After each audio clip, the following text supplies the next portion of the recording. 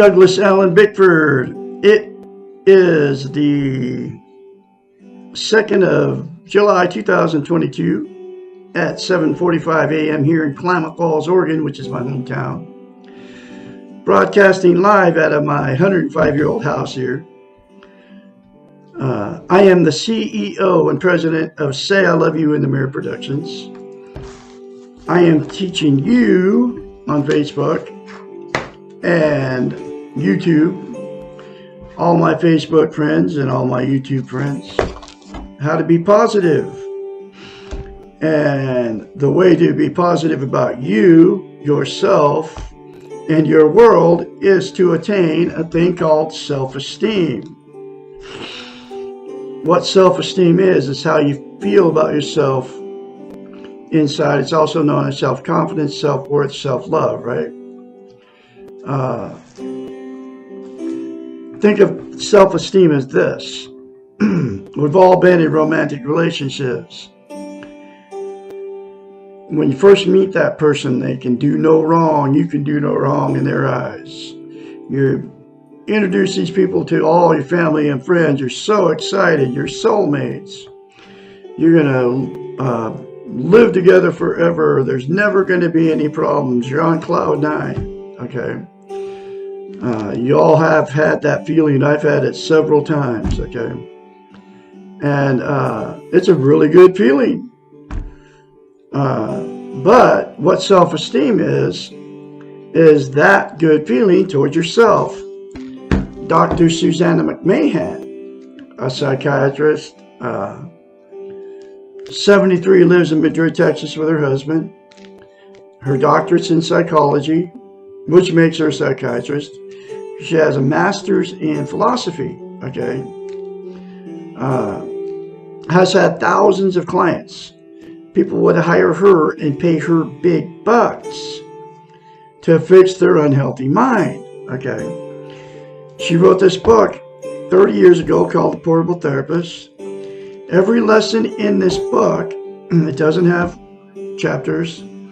It's in question form. I call them lessons.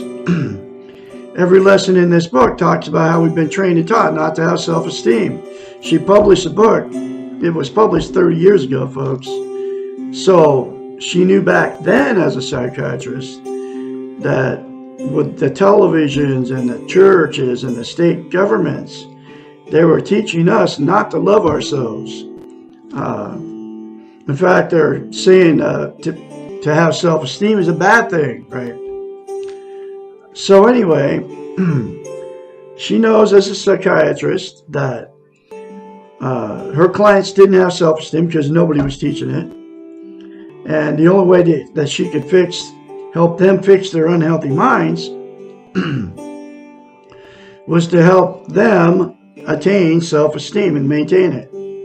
So she had to come up with a concept so her clients could give themselves self-esteem. Nobody can give you self-esteem except for you. I can tell you how to get it, but you have to do it yourself. Okay.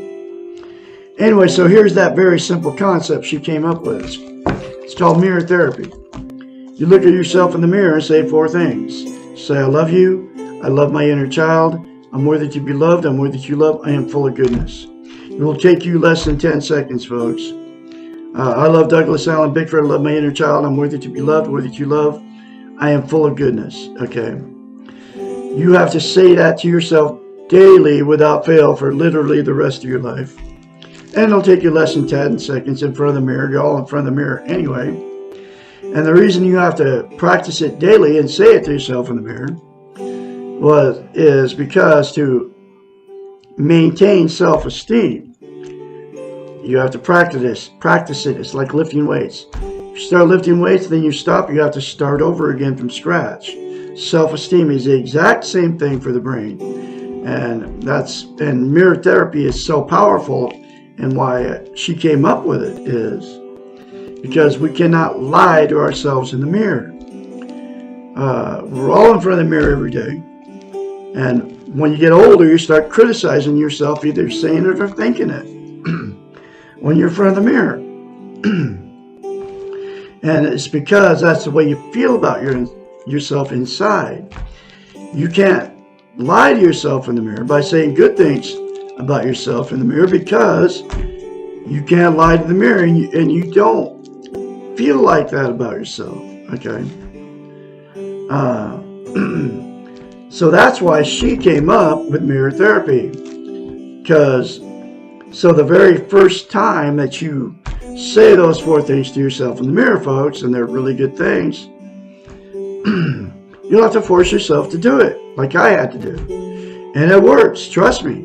It'll give you self-esteem on steroids, and you say it. The more you say it to yourself in the mirror, the more you'll feel it and believe it. But the very first time, it's going to be very, very, very difficult. But force yourself beyond all that bad feeling about it, right? Nervous and like, what good's it going to do? Force yourself to do it anyway, regardless. The more you say it, the more you feel it, the more you believe it. So here's why self-esteem is so vital to have as a human being. We can't be content without it. What content means is you feel good about how, where, and what you are. It's also known as internal peace. There are 11 things that people are trying to get internal peace, be content. They are Facebook, drugs, alcohol, sex, food, gambling, television, religion, another person, material possessions, or money. Those 11 things are all outside of yourself. They will make you feel good, content temporarily, but it never lasts. Just think about the drug high and the alcohol. That warm, fuzzy feeling, right? You always have to do more to get that same feeling. It's always temporary. And then the other 9 things are exactly the same thing. There's absolutely only one way to make yourself content and have internal peace, and that's to attain and maintain self-esteem. And those 4 things to yourself in the mirror daily without fail will give it to you, and you will maintain it. Okay. Then you will have internal peace, and you won't have to use the 11 things anymore to be content, because you'll have it from inside out. The other reason that having self-esteem is so important, can't love without it. We also cannot be loved. So what happens is 2 people will meet that don't have self-esteem, because we attract exactly what we are. Since you can't love or be loved without self-esteem, the relationship with 2 that went in without self-esteem, whether you married them or didn't, becomes toxic. Okay.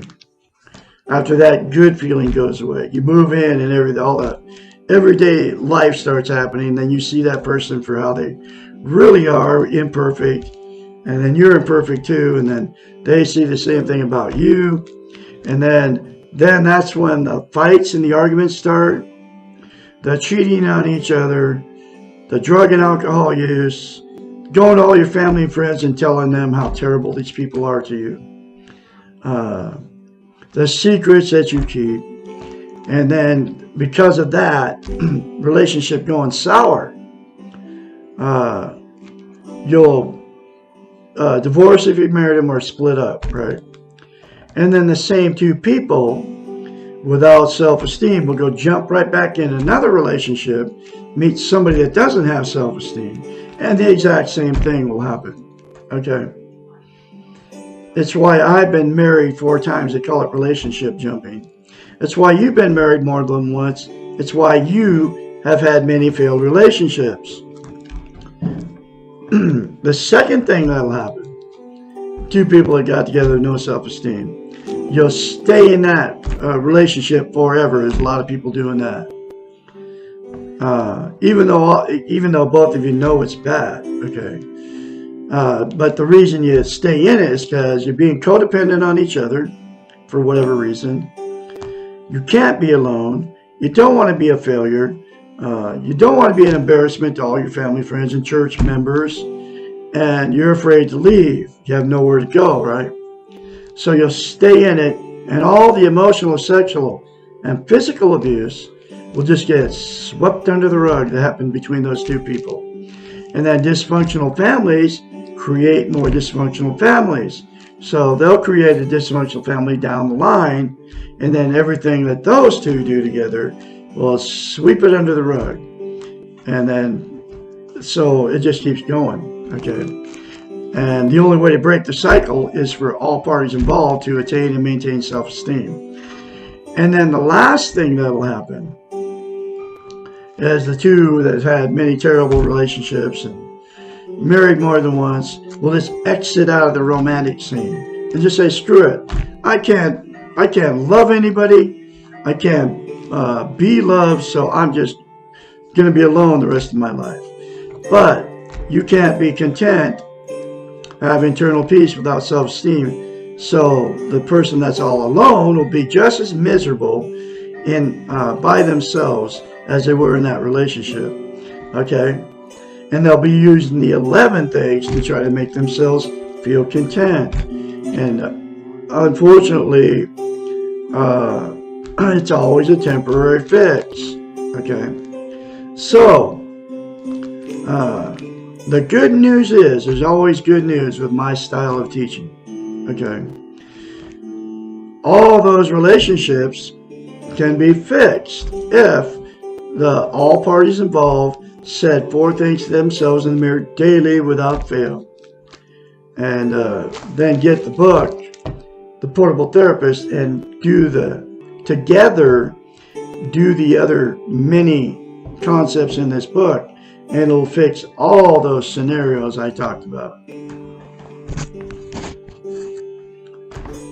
So anyway, I am going through this book one lesson at a time, and here's that next lesson.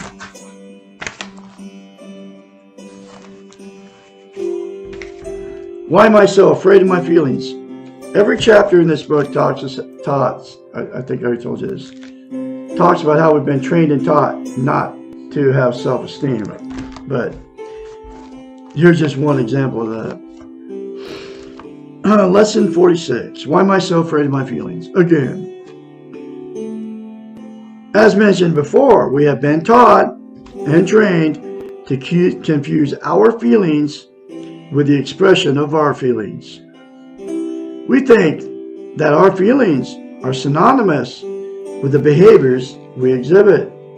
Therefore, anger becomes yelling, fear becomes shaking, and sadness becomes crying. However, feelings are one thing and behaviors are another.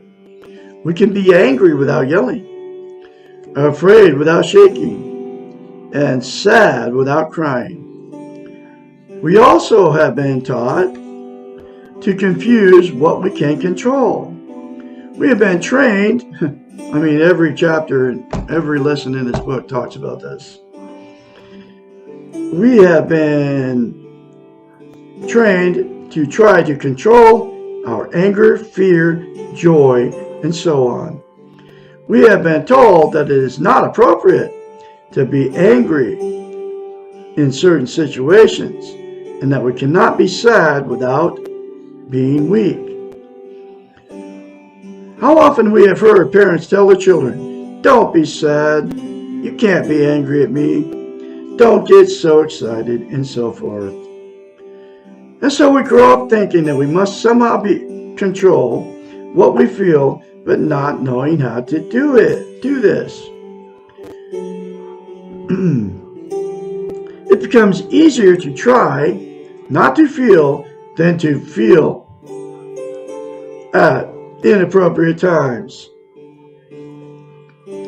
And when we cannot control our feelings, we become guilty and punish ourselves for being out of control. It is no wonder that we think of our feelings as enemies and become afraid of them! Exclamation point. Y'all got to get this book and read it for yourself, folks. Since you cannot control your feelings, it is an exercise in futility to try. Focus instead on accepting your feelings without fear and practice controlling your expressions of these feelings. This may be easier than it sounds. There's a time between the awareness of what you're feeling and your behavior. Begin noticing this time period. When you behave instantly in response to your feelings, you are reacting and will often feel that your feelings have taken control over you. Realize that there is no need for an instant reaction. Take the time to choose how you want to express yourself. Acknowledge your feeling by stating, I am feeling angry or sad or whatever. Then ask yourself, what do I need to do? Then take a few seconds more and ask yourself, how will I feel about myself after I do this? If you think that you will feel bad, do not do it. Try something else. If you think you will feel all right, then do it. If you are not sure, try not doing anything. It is okay to be unsure. If someone else is involved, tell the other person what you're feeling and that you do not know what to do. Often they will help you solve your confusion by the way they respond to you. You may begin a dialogue in a way that requires no other action. Remember that recognizing your feeling and accepting it means that you will no longer be afraid of the feeling. All your feelings, the ones you like and the ones you don't like, are natural, normal, and natural. They are part of you, and they are not good or bad, right or wrong. Feelings are what separate humans from machines. Do not be afraid of your humanness, and you will no longer fear your emotions. Wow! There's another very powerful lesson for you, folks. I'm going to have another one for you tomorrow, which will be lesson 47. I have everything I need. Why am I so miserable? I can be your mentor when you start going through this change. And if you say 4 things to yourself in the mirror daily without fail, you will start going through a change. I guarantee it. 458-232-5238. I can encourage you along the way in your newfound freedom by attaining and maintaining self-esteem. Remember to say those 4 things to yourself in the mirror, folks. I have confidence that you're going to do it, and that will make you positive towards yourself, towards others, and positive towards your world. I'll be talking to you tomorrow. Have a great day out there.